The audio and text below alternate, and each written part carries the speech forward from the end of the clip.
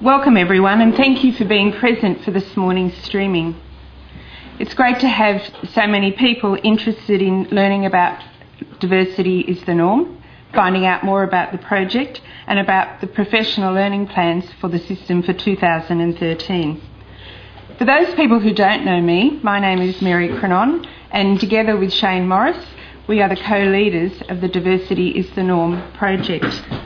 We're very passionate about the opportunities that this project has in the coming 2 years to help teachers build capacity to cater for the students in their care, particularly those students with disabilities in our diocese. We're very privileged to work in a team of 6, the Diversity is the Norm team, and we just wanted to take a moment to introduce our team to you. Justin Dennis is a Mental Health Project Officer. His background is in social work and he currently works in a number of schools in our diocese with a variety of students, particularly in secondary school. Teresa Llewellyn-Evans is well known to people from her work as a teacher educator in student services, and Teresa will be working on the team for the next 2 years. We have 2 specialist teachers, Veronica Jarrett and Gail Story.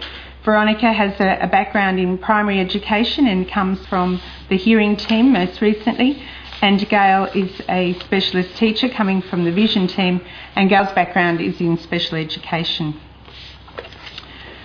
When we look at the purpose of Diversity is the Norm, and just to set the context around that school populations are reflective of our society in terms of their diversity and in terms of the needs of students that need to be catered for. The challenge for us, as we well know, all of us here today, is to achieve the full inclusion of the most vulnerable students in our schools so that they are able to equally access, participate and succeed in their learning. The purpose of the initiative, as is the purpose of each of the learning initiatives in our diocese, is to build the capacity of teachers to respond to these learning needs, and in that building, build their confidence. The funding for the project is funding for 2 years, commenced this year in June, and it is through the Commonwealth Government's More Support for Students with Disabilities. And in the busyness of a Friday morning at the end of the week, just in setting that context of diversity, in the last few weeks we have talked to a number of teachers and parents and students in our diocese in terms of their beliefs about creating diversity as the norm. So let's take a moment to look at our DVD.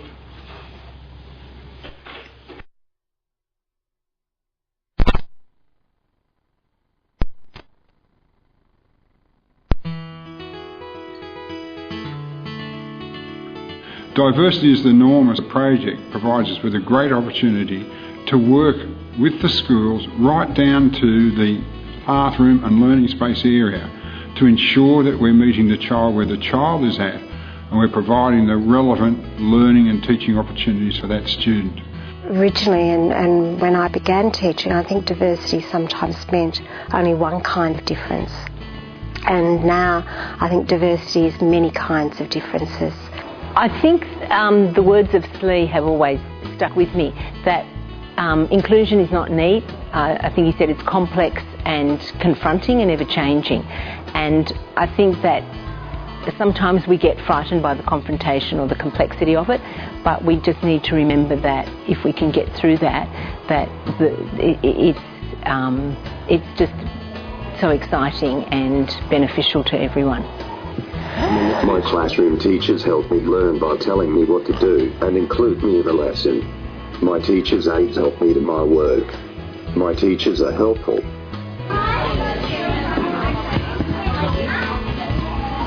In the classroom we use iPads, iPods, DS's, Macs and computers. We record on the iPads and we take them out to sport sometimes to like recap and like if we were doing something like measurement, we would take a picture of what we're measuring and we'll try and estimate it on the picture and then we'll go out and really measure it. I try to go to the highest level I can, so it's really challenging for me. The iPad has really helped my daughter to learn. She's engaging in everything that she does on the iPad. She concentrates where she doesn't normally concentrate otherwise. She's really happy to be on the iPad. We talk about parents being the first educators. The parents of any child know their child better than any teacher. And I think it's extremely important that we work with the parents to support their child. My eldest has motor skills issues, so the strength in his hands isn't as great as other children. And being able to use in technology laptops to type his work instead of writing makes him a lot quicker and a lot more efficient as a learner. One of the things that we need to think about really clearly is about how we actually advantage these students. It's an opportunity for us to put the last first, thinking about the students who have those most challenges, equipping them with the tools and making sure that they've got their ability to access their learning. How to make sure that they are teaching to everybody in their class, and they are differentiating and they are scaffolding, so that every student walks out of the classroom and actually feels like A, that they're learning, and B, that they're empowered, that they can learn.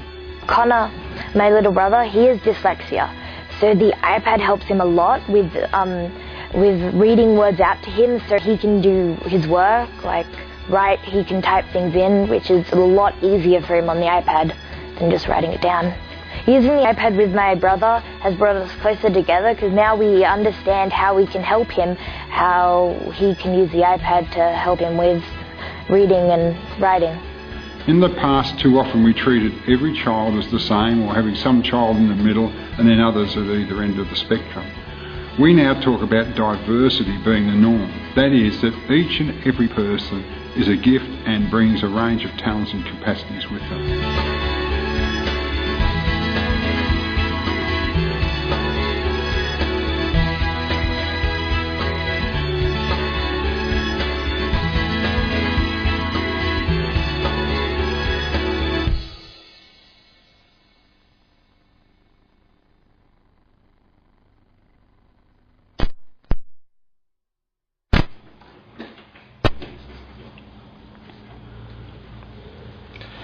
That video was a great opportunity for us to capture the thoughts of our students, our principals, and most importantly our system leadership representatives. The video was very inspirational. I'm sure that the challenge that we've set for our project, and certainly for our schools, I'm sure these challenges will be met with as opportunities to develop and implement the project in a successful way. Our work as part of the DIN team is to support our principals, our school leadership teams, to build teachers' capacity to respond to the needs of students with disabilities. In building the needs of our teachers, we're encouraging schools to meet with us in delivering an expectation around the ability to improve learning outcomes for these students. Our work will be providing training to strengthen their skills and to use assistive technology in the classroom, and not limited to just iPads, but devices which are personalised for our students based on their needs. Our work also will be training for school staff to improve their understanding of the obligations under the Disability Standards of Education, and strengthen our schools in supporting students with disabilities through effective coordination with allied health and health services. As a team, we've highlighted that it's important for us to embed our work into all schools, and embedding our work in the diversity of the Norm project team, we feel it's important to align our project with the school's implementation goals and to build on the great work that already exists in our schools. We also acknowledge that we'll be aligning with teacher educators, student services, team leaders and DOSPs who are currently engaged in schools in delivering this great work. The focus of our work is developing a whole school approach to diversity, and as part of the project, it is our long-term aim to make this a sustainable reality for our schools, for our students, and also for our families. There are a number of professional development opportunities that we have planned for 2013 in terms of diversity is the norm. Inclusion Online is a professional learning opportunity that a number of staff across the diocese have taken up already this year and will continue on into next year. It's an online training course in the areas of either ASD, of communication or behaviour, and each cohorts are groups of 12 teachers or 12 staff, either from the same school or from different schools across the diocese, who will work with a tutor in a face-to-face component of their work and be supported by a tutor in the online program. Will also be the delivery of training in terms of case conferencing, and that case conferencing will be work that we will be doing next year in a greater system level, and we'll align ourselves with that in terms of the short, sharp case conferences for students in helping stuck students move. We'll be looking, as Shane said a little bit earlier, at the disability standards and our obligations with those, of positive behaviour support training for 2 cohorts, and the development of a professional learning community around diversity and inclusion. And the information around those things can be found on OSCA. We'll also be looking at supporting students and teachers in terms of their understanding of the use of assistive technology and the accessibility components of technology for next year when students receive their assistive technology. And I think this morning it's important to highlight how schools can access the DIN project. Principals will be able to submit a student request for assistive technology for any student that's been identified within their school. This request form was found on OSCA under the Diversity is the Norm page. We'd also encourage schools, principals, leaders of learning within schools to have a discussion around some of the students who they feel might meet the criteria for selection for this assistive technology. Our project aims to develop a personalised option for schools, a strategic resource to build on the learning that currently exists for these students and to improve learning outcomes for students with disabilities. We see this as a great opportunity to align the work around the students, and most importantly, as we know, the most effective way that we can impact on a student's learning is close proximity to the student, and that's in the classroom.